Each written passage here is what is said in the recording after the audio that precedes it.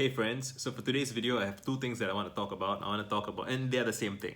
I want to talk about public libraries and I want to talk about music, art, creativity. And the riff from about public libraries, I got from a conversation with my friend Michelle yesterday. And we were just talking about creativity and motivation and stuff like that. And at some point in the conversation, I kind of casually said, when I was a child, my mom brought me to the library. I must have been about 5 years old, maybe, and the library just blew my mind. Like it's like this house of books that every book is itself a universe of information that is carefully, lovingly put together for you by an author and his or her team. And there's this infrastructure of the public library that allows you to borrow books for free. You're welcome to go to the library and just sit and read. And it's just that experience radicalized me in some way. It made me believe that that's how the world can be. And everything since then has been kind of a disappointment. Public school was a horrible disappointment compared to public libraries, where it's boring, frustrating, coercive. um, there's some people joke that school is like prison, and then the follow-up joke is it's not like prison. Prisoners get due process before they get sent in. Right? And yeah, it's just, in a way, I continue to live my life believing in the ethos of public libraries, that information should be free. Everyone should be welcome to partake, right? Another thing that I was reminded of was in a conversation with another friend in over WhatsApp, and he was telling me about one of his friends who was having difficulty, frustration working on self, on their attributes of themselves that they didn't like. And he was asking me, how do I talk to my friend? They're struggling with self-loathing and frustration.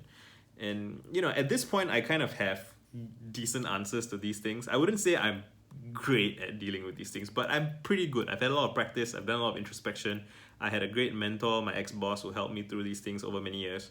And so I said, you know, um, when you're struggling with your own attributes, things about yourself that you don't like, and I think this friend said they were frustrated with themselves for lacking discipline and for always taking shortcuts and kind of being sloppy. Maybe I'm projecting myself a bit. And the frustrating thing about that is that when you try to get angry at yourself about your shortcomings, it doesn't really work. You can't getting mad about that by in of itself. You can't make progress by getting more mad, because that's like yelling at a child. It's just gonna make everyone feel bad. It's gonna make the child feel bad. It's gonna make you feel bad. It's just gonna be miserable. You might make some progress, but I can't recommend it, because it's kind of, the any progress that you make is kind of gonna be contaminated by the fact that it was progress made by coercion and bullying. You're bullying yourself into trying to become a better person. And bullying anybody, coercing anybody into trying to become a better person never works, because what people learn in that process is that bullying and coercion is how you get stuff done. So it's like contaminated. It's like dirty money or something. It's just it's flawed intrinsically. I did do some of that for myself at some point, and I did make some progress. But I then, and to be fair, the skills that you pick up in those in that context, it doesn't wither away. So you can still kind of reuse those skills later on, but there is this unlearning that you have to do of the coercion. And yeah, and so I shared that with, wait, I didn't finish my thought. So rather than try to bully yourself into being a better person, kind of try to focus on what it is that you love, what it is that you care about, and try to serve the thing that you love as best as you can. Because if you're fixating on your negative attributes, that becomes it's a kind of narcissism. It's the self-loathing. It's a kind of self-obsession, and it's like digging in on itself. It creates this vicious cycle that just doesn't make things better. And the way out, in my experience, is to focus on the thing that you care about. Right? Maybe there's someone in your life that you want to, like, that you respect and admire, and you want to live up to their expectations and help them out. For me, this was my ex-boss. Like when I got hired, before that, I felt like I was some kind of street rat, like kind of just screwing around. I didn't respect school. I didn't respect my family. That sounds a bit mean to say, but I love my family. It's just that respect in my mind, respect and admiration it's really for people who have demonstrated that they are worthy of esteem. Kind of like above and beyond what is normal, sort of. And normal people deserve love and respect. Respect as a human, but not necessarily respect as an authority, right? Respect as an ideal. But anyway, yeah, so a part of how I made progress was that I wanted to not disappoint someone who I felt had taken a chance on me that I didn't quite feel that I deserved, but I wanted to live up to that. And so I said that to my friend. I said, you can tell your friend that you should focus on what you love, focus on trying to serve and help what you love. For me these days, I think about kids like myself who didn't have someone like me in their lives. And that's why I make these videos. That's why I do all my tweets. I'm trying to reach out to those kids who are thoughtful and curious, but they're kind of trapped in these oppressive social environments. And it doesn't need to be like cruelly oppressive. It can just be stifling, right? It can be a stifling social environment. It's very disappointing because these kids, I honestly believe they are our future, right? They're meant, these curious, thoughtful kids. Anyway, so I told my friend that, and I asked him for permission to screenshot it on Twitter, and I posted that on Twitter. And someone quote tweeted and asked, "What do you do if you don't love anything? If your mechanism for loving is broken, if you feel like you don't love anything, and you feel like you're not capable of feeling love, right?" And that's a real thing that people struggle with, and it's hard to talk about. But I have an answer to that too, because I have an answer to everything. And that is, I have things to say about this because I have experienced very extremely low points in life, the dark night of the soul, depression, where everything seems pointless and meaningless, and everything is so transactional, and even if I make progress in some level, it's like people only like me because of what I can do for them, or what I can, so on and so forth. But like, what helped me through my darkest times, and what I told my friend, and what I'm telling you now, is that I fall back on art, on artists, on musicians, on authors, on books, on the public library. And as long as there are public libraries in the world, and as long as there are musicians performing in the streets and performing wherever, people writing songs, people writing novels and screenplays and poems and street graffiti even, right? These are things that people, and it's not always exalted the way I'm about to describe it, but it can be, right? Which is that people have a feeling in their heart, and they want to share it with other people. They want to feel connected with other people. They want to love other people, right? They want to care for them. And this transcends, national boundaries. It transcends any kind of division you can think of, right? That there is this great process, this great dance that has been going on for millennia, right? From artist to artist, people passing on their care and concern, their attention and consideration, giving it as a gift to humanity, right? And that is love. I feel like when I was a kid surrounded by books, I felt loved by the books. When I felt like nobody else was listening to me, when I felt that nobody else was paying attention to me, that nobody else cared about me in an unconditional way, I felt that books were that for me. And when I was a teenager, I got swept up with love for my local music scene.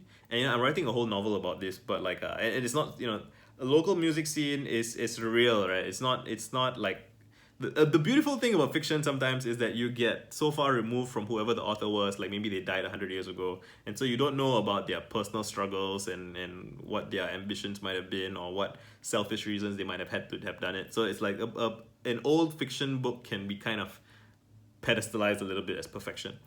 But a local music scene, that's like, you see people's faces, you get to know them as human beings with their imperfections and flaws and everything. But despite that, I live in a country where people, in Singapore, and people often describe it as sterile and stale, and the assumption is that people just care about money and they just want to make more money, and there's no space for art and play and whatnot. And for me, the musicians, they were the antidote to that, or they were the counterpoint to that. They made me believe that there are people out there in the world, in my city, who care about earnestness and care about expression and care about speaking from the heart.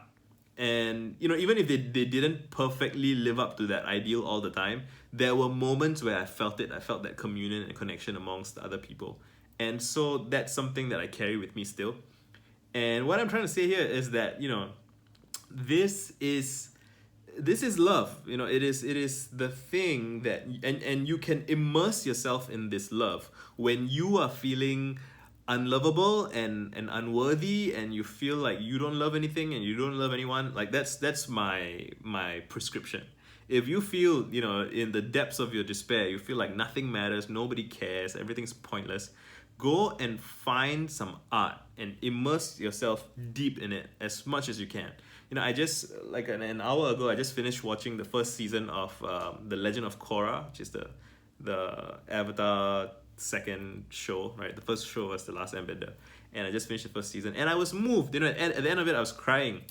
And is it a perfect show? No, it has its imperfections, right? It some stuff, I have my criticisms about the character building and the world building and a bunch of details, but the underlying message, I feel, of art is almost always about connection and communion and triumph over adversity, courage over fear, right? Love.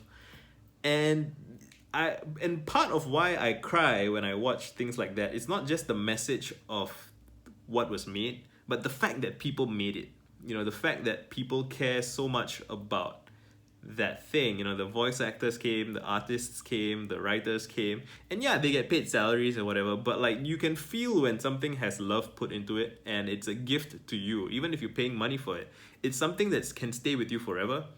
And so that is the utility of art, the utility of fiction, and the utility of music, and the things that people very often dismiss as superficial frivolity, right? Look what happened. Did you see those videos of like cities in Italy? There's a scene where people were in lockdown in the early stage of the year, and what do they do when they were in lockdown? They were singing with their neighbors. What do people do when when that cathedral was on fire? People came and sang. And when do people cry at weddings? When the music starts, right? Like music is not ornamentation. It is a deep fundamental expression of our humanity, and that's something you can connect with. It'll move you if you let it. And if you're not immediately moved by some piece of music, maybe you just need to try a bunch of different songs. And if music's not for you, maybe you need to look at a bunch of paintings.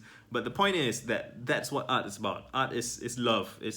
And even art that is bleak and painful and has no happy ending or whatever, right? Like, it is an attempt to connect, right? So it's an attempt to grieve, or to express, even to express despair and hopelessness. The act of expressing it is an optimistic act, because you're trying to connect with someone over something.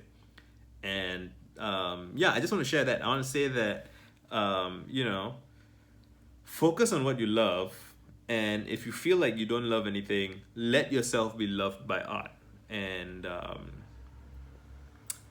think about what your favorite, if you haven't cried watching a movie in a while, think back to your favorite music and your favorite movies and the things that moved you in the past.